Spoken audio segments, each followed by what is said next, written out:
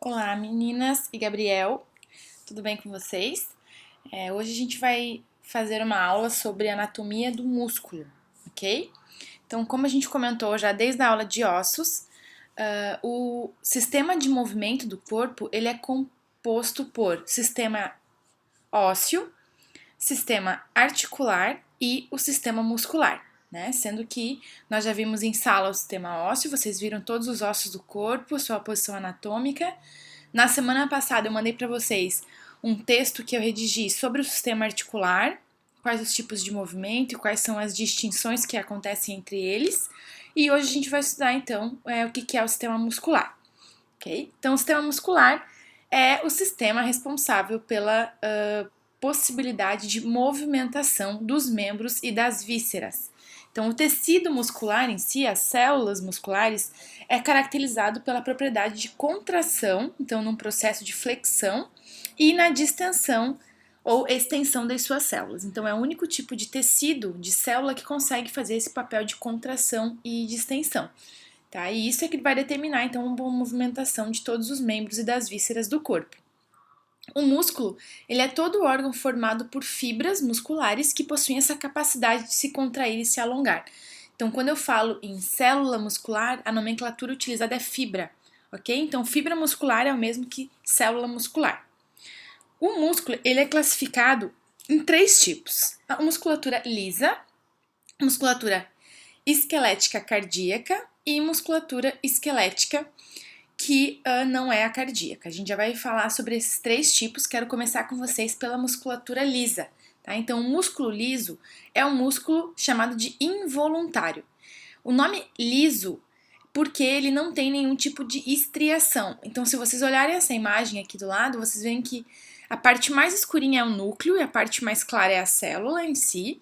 E ela não tem nenhum tipo de separação. A gente não consegue ver onde começa uma célula e onde termina a outra, porque ela não tem um padrão de estriação.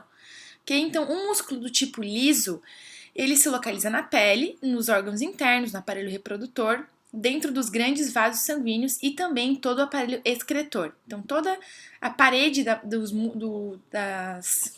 dos órgãos internos é formado pelo músculo liso. O estímulo para a contração do músculo liso, ele é autônomo.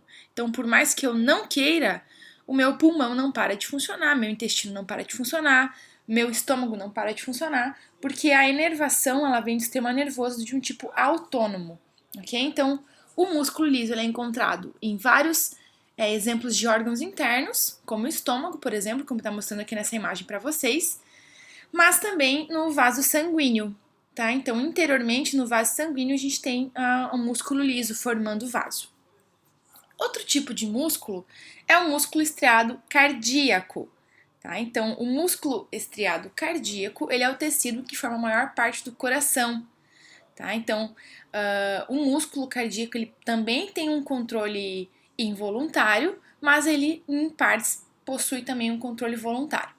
Tá? Então, por mais que eu queira, o meu coração não para de bater, porque a musculatura cardíaca é inervada pelo sistema nervoso autônomo também. Tá? Então, nessa imagem a gente vê que tem um padrão de estriações, que são os risquinhos roxos mais escuros, por isso ele é chamado de músculo estriado cardíaco, porque ele tem esse padrão de separação entre as fibras. Ok? Então, o músculo estriado cardíaco a gente encontra no coração.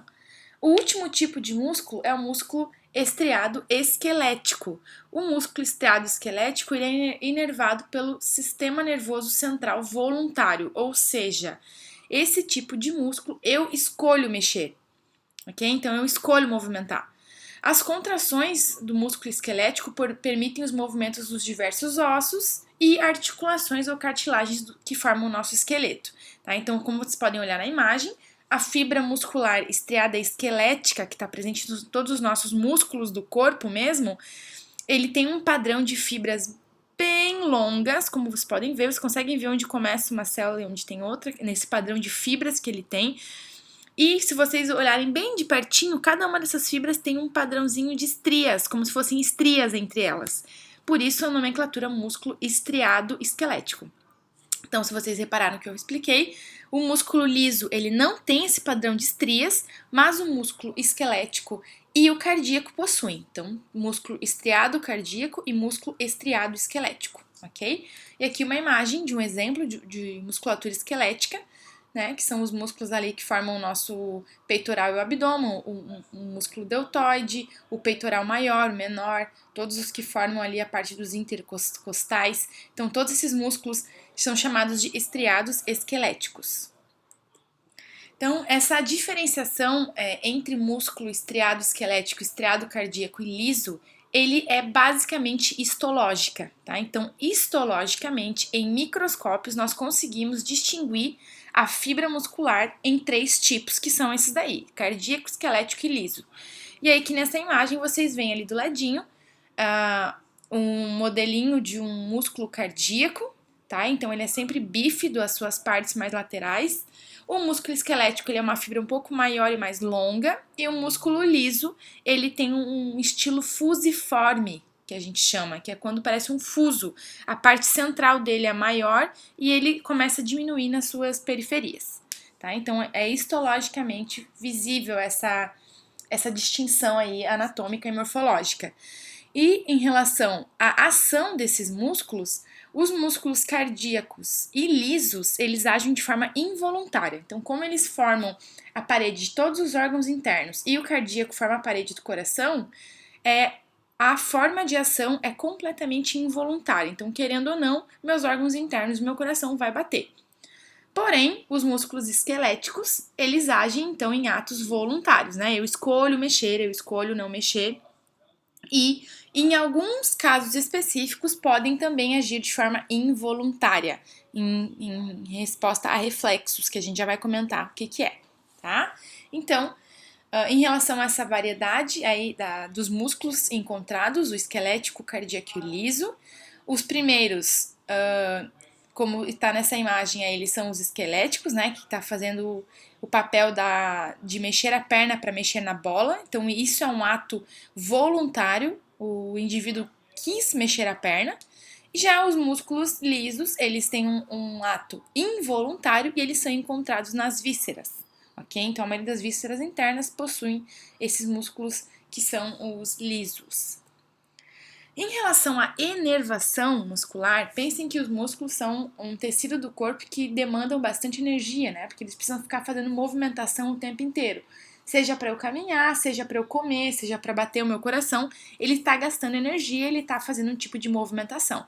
Então, a inervação, ele está sob controle do sistema nervoso, sendo que na musculatura esquelética a gente viu que isso é uma inervação autônoma. No músculo esquelético é uma inervação que eu escolho fazer, enquanto que no músculo liso e cardíaco é uma inervação completamente autônoma, né? Então ele vai bater mesmo que eu não queira. E nesse esquema aqui tá mostrando para vocês que da medula espinal, ou seja, da medula que sai do meio do nosso corpo, ali do meio das vértebras, que é uma parte do sistema nervoso que desce para o resto do corpo, vejam que da medula tá saindo um nervo que vai enervar diretamente cada uma das fibras musculares. Então, dependendo da ação que esse músculo tem, mais fibras nervosas chegam até ele para o inervar. Por exemplo, quando eu tenho uma movimentação muito delicada, como o músculo do olho, eu tenho cada fibra sendo inervada por um único nervo. Tá? Então, cada nervo é diretamente uma fibra muscular. Agora, quando eu tenho um movimento um pouco mais robusto, como os movimentos do meu quadríceps femoral, por exemplo, que é um músculo muito grande que fica na coxa e tem uma movimentação toda em conjunto, aí eu tenho um nervo enervando várias fibras. Tá? Então, quanto mais preciso for o movimento, mais nervos eu tenho enervando as minhas fibras musculares. Tudo bem? Então, de maneira geral, cada um ali vai possuir, né, um nervo enervando cada uma das fibras, a não ser que esse movimento seja um pouco mais robusto. Aí eu tenho um nervo enervando um conjunto de fibras separadas, tá? E essa junção de nervo com a região do músculo que ela enerva, a gente chama de unidade motora ou placa motora, tá? Também é conhecida em alguns livros como junção neuromuscular. O que é isso? É a região no músculo onde eu tenho um nervo ligando para favorecer a movimentação. Então, eu tenho o sistema nervoso dizendo, músculo, agora você precisa se movimentar, agora você precisa bater, agora você precisa fazer movimento peristáltico, agora você precisa se mexer, tá? Então, placa motora, unidade motora ou ponto motor é a região de encontro entre músculo e o sistema nervoso, tá? Então, quando o nervo aproxima do músculo, a gente chama isso de placa motora, que é uma região onde acontece todo um processo de sinapse. Nesse esqueminha aqui, ó, eu mostro pra vocês a junção neuromuscular, que é a mesma coisa que uma placa motora, tá? Como eu falei pra vocês, dependendo do autor, a nomenclatura vai ser diferente. Então, nesse esquema eu tô vendo esse neurônio que tá vindo de cima, parece um Y invertido, isso é um neurônio. Então, é uma célula nervosa que sai do sistema nervoso e vai até a fibra muscular para favorecer a movimentação da fibra muscular. Então, eu tenho na parte de baixo ali a fibra muscular, se vocês olharem. O de cima é o neurônio, e aí, quando eles se encontram, eles trocam partículas de sinalização, que são citocinas, como acetilcolina e diversos outros neurotransmissores, que fazem com que a fibra nervosa se movimente. Tá? Então, é isso que está acontecendo nessa imagem, e eu chamo este ponto específico de junção neuromuscular ou placa motora, ok? Ou ponto motor, que são as regiões onde eu tenho contato direto do sistema nervoso com o músculo. Certo? Então, de novo, para vocês fixarem bem, o tipo de músculo esquelético, ele sempre está relacionado a um ato voluntário, enquanto que musculatura lisa e cardíaca estão relacionados a um ato involuntário, tá? Então, isso aí para vocês fixarem bem. Porém, como tudo no nosso corpo, sempre existem exceções, né? Então, o diafragma é um exemplo de um músculo esquelético que atua de forma involuntária, porque ele fica abaixo do pulmão, fica abraçando o fígado, e ele é um músculo importante para nossa respiração. Então, eu querendo ou não, eu respiro. Então, o músculo esquelético tá também sendo inervado por uma fibra involuntária. Outro exemplo que a gente tem são os músculos que formam a faringe. Tá? Então, a faringe é um tubo por onde passa o ar da região ali da cavidade nasal até a traqueia. Ele é um músculo do tipo esquelético, mas ele precisa atuar também de forma involuntária quando a gente está, por exemplo, comendo alguma coisa. Vai ter que passar pelo tubo de trás, que é o esôfago, então a faringe vai ter que se movimentar, e aí você tem um movimento que é involuntário em um músculo esquelético, ok? Essas são algumas exceções. Enfim, como eu falei para vocês, o músculo era formado por fibras nervosas, né? Fibras musculares. Essas fibras musculares, elas não ficam totalmente em contato uma com a outra, elas não ficam se encostando. Então, o que a gente tem é um tecido conjuntivo ou conectivo que engloba tudo isso. Tá? Que separa essas fibras uma da outra, ou um feixe de fibra de outro, e aí você tem então essas camadas que são chamadas de tecido conectivo. O que é isso? Cada fibra muscular é o menor tubinho que tem aqui no canto direito da tela, tá escrito ali célula muscular ou fibra, estão vendo? Então, essa célula muscular, ela fica separada das outras células musculares, estão vendo? Ela fica, tem uma ali que está sendo puxada para frente, mas tem várias outras ali dentro. Envolvendo este grupinho aí, envolvendo cada uma dessas fibras, cada uma para ela não encostar na fibra de cima ou de baixo ou do lado, a gente tem uma membrana chamada de endomísio. Tá? Então, o endomísio, tá ali anotadinho em verde, é essa membrana que envolve cada uma das fibras musculares para que elas não se encostem, ok? Aí vocês veem que tem ali todo um feixe muscular puxado para frente, onde está escrito fascículo. O fascículo são os feixes de fibras musculares. Então, é um conjunto de fibras musculares que vão desempenhar a mesma função, por isso elas são separadas por uma membrana chamada de perimísio.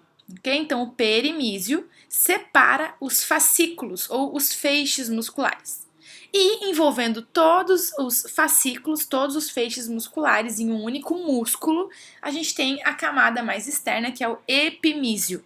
Okay? Então, o epimísio é a camada que vai separar todo esse músculo, ok? Então, endomísio envolve cada uma das fibras musculares, perimísio envolve fascículos de fibras musculares e o epimísio envolve todos os fascículos dentro de um mesmo músculo, certo? E cada uma dessas células musculares, elas apresentam uma possibilidade de fazer contração e relaxamento, uma possibilidade de ter um processo de irritabilidade, ou condutividade, ou extensibilidade, ou elasticidade. São todas as possibilidades de movimentação e de função que as células musculares têm. Então, elas podem, por exemplo, ficarem fadigadas, elas podem entrar em um processo de elasticidade, onde aumenta muito o tamanho e diminui. Então, essas são as possibilidades que acontecem nas células musculares. Morfologicamente, todas elas são alongadas e fusiformes, né? Então, vocês viram que, claro que a esquelética é um pouco mais alongada do que as outras, mas todas elas têm um padrão de que não é uma célula circular, como a gente está acostumado a ver, mas é uma célula bem alongada. Elas, de maneira geral, se agrupam nesses feixes ou fascículos, e a força de contração vai depender do número e do diâmetro das fibras. Então, obviamente, quanto mais fibra muscular eu tenho formando um músculo, maior vai ser a força de contração, né? E aí a gente entra então para a parte mais anatômica do músculo, tá? O músculo, ele é sempre fixado pelas suas extremidades ou em ossos ou em articulações, tá? E eles vão se mover fazer essa movimentação dos segmentos do corpo, que é o processo de contração. Então, aqui está mostrando para vocês um exemplo do músculo chamado bíceps braquial, onde ele está inserido na ulna, aqui embaixo, e no húmero ali em cima, e também na escápula. Tá? Então, esse músculo está preso em 3 pontos para possibilitar a movimentação. Vejam que quando o músculo, vejam na imagem aqui do lado direito, quando esse músculo está relaxado, ele faz com que aconteça um processo de distanciamento dos ossos, né? E quando ele está contraído, como na imagem da esquerda, ele faz com que tenha uma aproximação dos ossos, tá? Então, esse é o processo de contração e de relaxamento. E são os músculos, então, que vão permitir efetivamente a movimentação, né? Porque é ele que mantém as peças ósseas unidas e é ele que vai determinar qual que é a posição do esqueleto e qual a possibilidade de posição de movimentação, tá? Quando a gente vê os componentes anatômicos que formam os músculos, ele é dividido em algumas partes. Então, a região mais medial do músculo, a gente chama de porção média. Essa parte média é conhecida como ventre muscular, que é a parte onde efetivamente estão as minhas fibras musculares.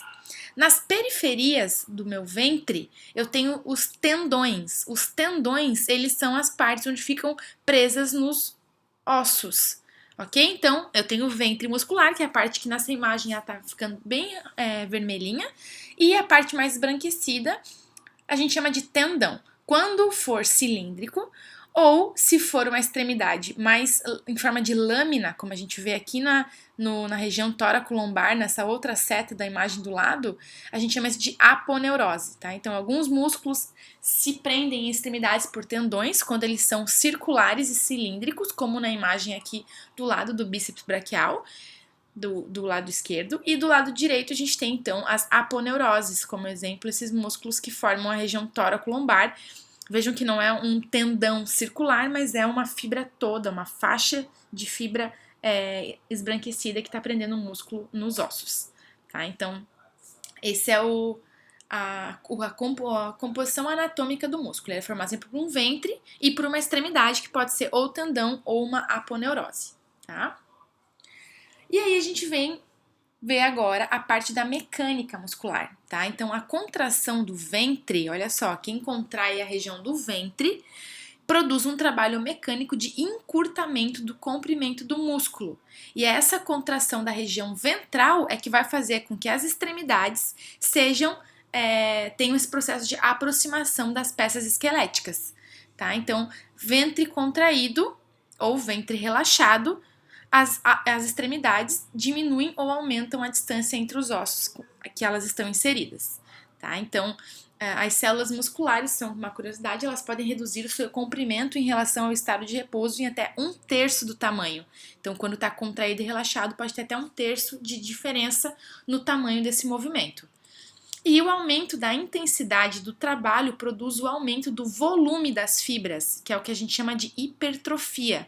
Então, isso é bem interessante. Quando a gente faz atividade física, a gente não está aumentando a quantidade de células musculares, que é a hiperplasia.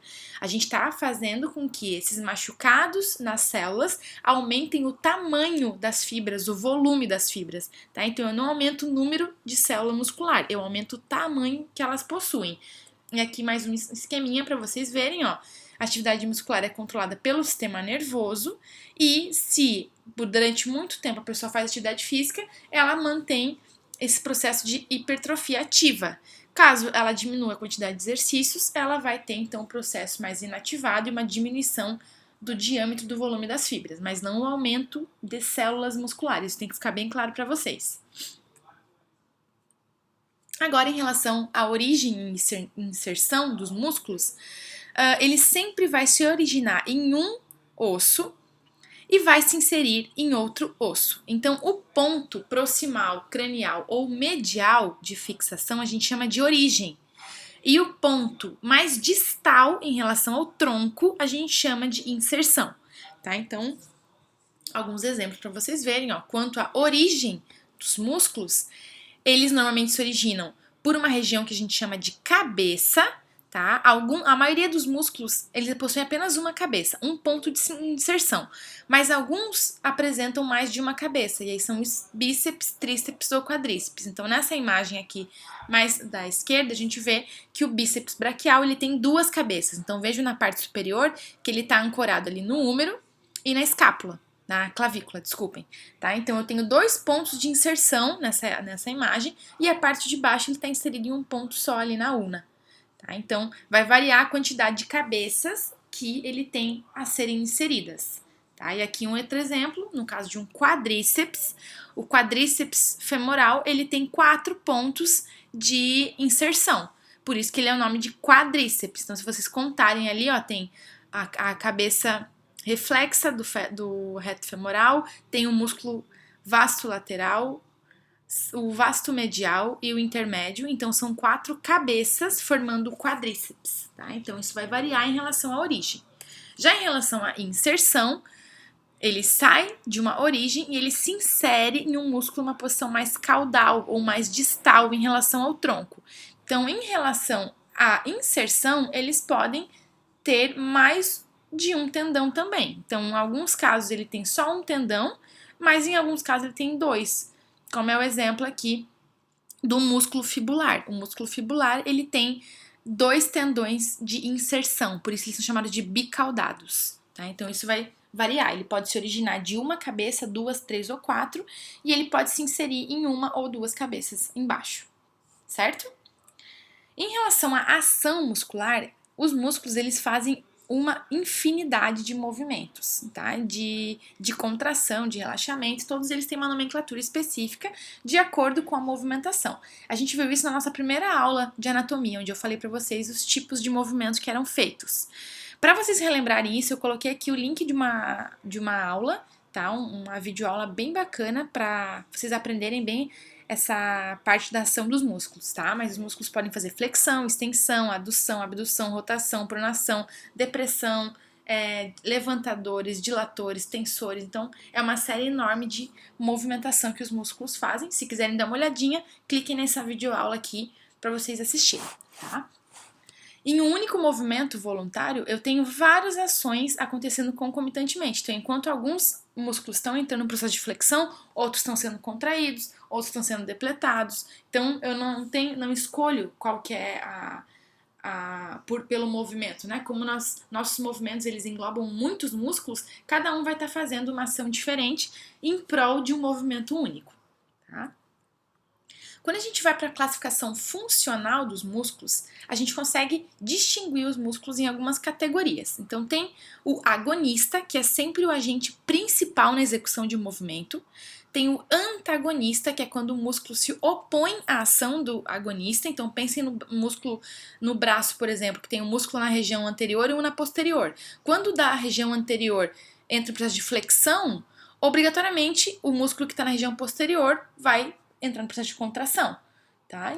De extensão, né? O contrário de flexão, tá? Então, ou se um contrai, o outro obrigatoriamente relaxa, porque eu tenho, para que um movimento aconteça, vários músculos atuando ao mesmo tempo.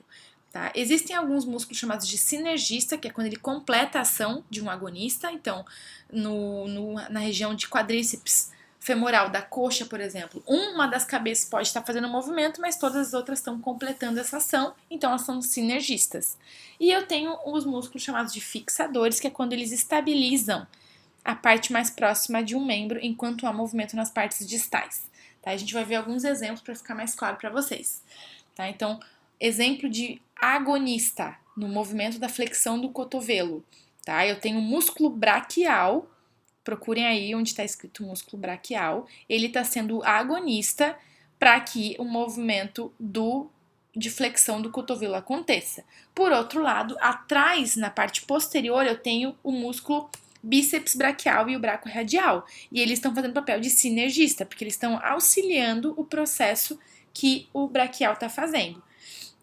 Porém, para essa movimentação acontecer, o músculo que fica na parte posterior do braço, que é o tríceps braquial, ele precisa fazer um papel de antagonista. Então, eu tenho na frente o braquial sendo o agonista, atrás o tríceps braquial sendo antagonista e nas laterais eu tenho o bíceps braquial fazendo um processo ali de sinergista. Tá? Então, eu tenho sempre esses músculos atuando em conjunto para que o movimento aconteça, mas ocupando funções diferentes. Para que esse movimento da flexão do cotovelo ali aconteça, eu tenho vários músculos que são os fixadores, por exemplo, os que estão estabilizando a articulação do ombro. Então, eu tenho o músculo supraespinhal, infraespinhal, redondo, menor, o subescapular, que são músculos que estão na região do ombro, que fixam essa articulação para que o movimento aconteça. Ok? Então, só alguns exemplos para vocês entenderem que eles, embora tenham funções diferentes, eles atuam em conjunto para que a musculatura tenha essa movimentação, tá? Aqui em relação à flexão dos dedos, por exemplo, outro exemplo para vocês, né? Os flexores dos dedos, eles são sempre agonistas, porque eles vão fazer um papel de querer fechar a mão, enquanto que todos os extensores do carpo que estão na região posterior da mão fazem o papel de antagonista, tá? E os que estão na região de carpo agem como fixadores. Então, só para vocês entenderem que cada movimento vai ter músculos fazendo papel de agonista, antagonista, sinergista e fixador, ok?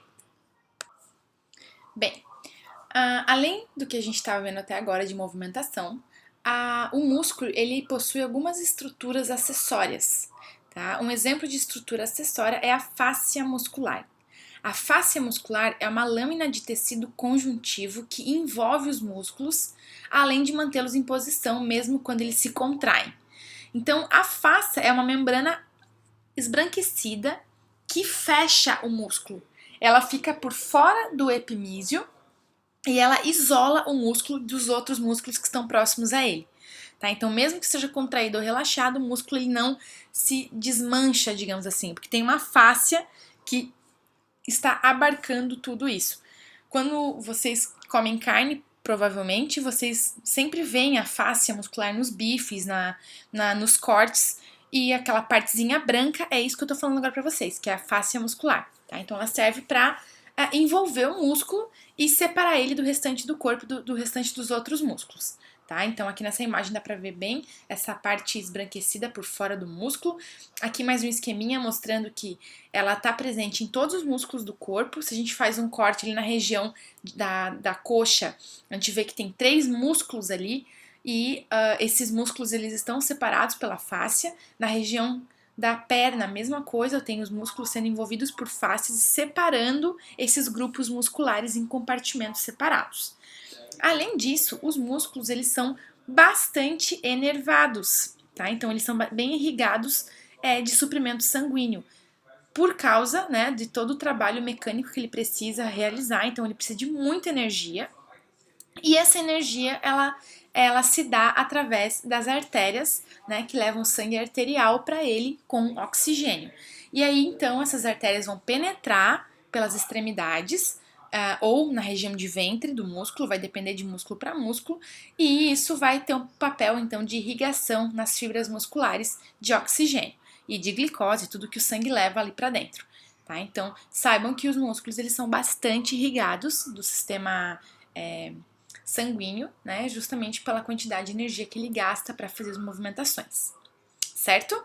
E agora algumas curiosidades que eu trouxe para vocês, tá? A língua é o músculo mais forte do corpo, tá? Então a língua tem uma força enorme. Se vocês olharem nessa imagem aqui da direita, vocês veem a grossura que a língua tem, ó. Então pensem só em quanta força tem ali, né, nessa região. Quando uma pessoa sorri, ela precisa fazer a movimentação de 17 músculos da face, enquanto que quando eu faço o franzimento da testa, são 43 músculos que são mexidos, né, que tem esse processo de atuação sendo feita para que eu consiga franzir a testa. Outra curiosidade, quando o indivíduo está com frio, os músculos se contraem involuntariamente, então por mais que seja um músculo esquelético, ele faz um processo de contração involuntária para tentar gastar mais energia, liberar mais calor para aquecer o corpo. Tá? Então por isso que a gente fica rangendo e tremendo os dentes, né? Batendo os dentes quando está com frio, porque a musculatura ela age de forma involuntária para tentar te aquecer. O coração, querido, é o único músculo que nunca se cansa. Então, a fibra esquelética cardíaca é a única que não fadiga nunca. Tá? Então, ele tem um processo específico nele em conjunto com o sistema nervoso, onde ele não fadiga, ele não cansa. Então, ele mantém a sua movimentação sempre para sempre, só para quando a gente infelizmente morre. Outra curiosidade, para a gente dar um passo só que a gente dá, são usados 200 músculos. Olha só, para um único passo vocês utilizam 200 músculos. Então pensem na quantidade de energia que você consome fazendo isso, por isso que correr, caminhar, estar em movimento é tão bom para a saúde, né? Porque a gente libera a energia e as gorduras armazenadas, certo? Aqui tá um esqueminha dos principais músculos do corpo, existem 600 no total. Na nossa disciplina a gente vê cerca de 70, 80 músculos. Aqui tem só alguns principais que eu vou deixar para vocês terem uma ideia. Quando a gente voltar para as aulas práticas mesmo, eu vou mostrar para vocês a musculatura no cadáver, porque isso é muito importante para vocês que vão estar em contato direto com o paciente, fazendo massagem, fazendo drenagem. É importante que vocês reconheçam os músculos, mas por enquanto vocês ficam com a imagem, né, para ir dando uma olhadinha no que nos aguarda, tá bom? Qualquer dúvida que vocês tenham, coloquem embaixo aqui no mural, eu vou deixar o mural aberto com comentários para vocês me enviarem as dúvidas por ali e eu respondo assim que ver, tá bom? Um beijão para vocês, fiquem em casa, hein? Se cuidem!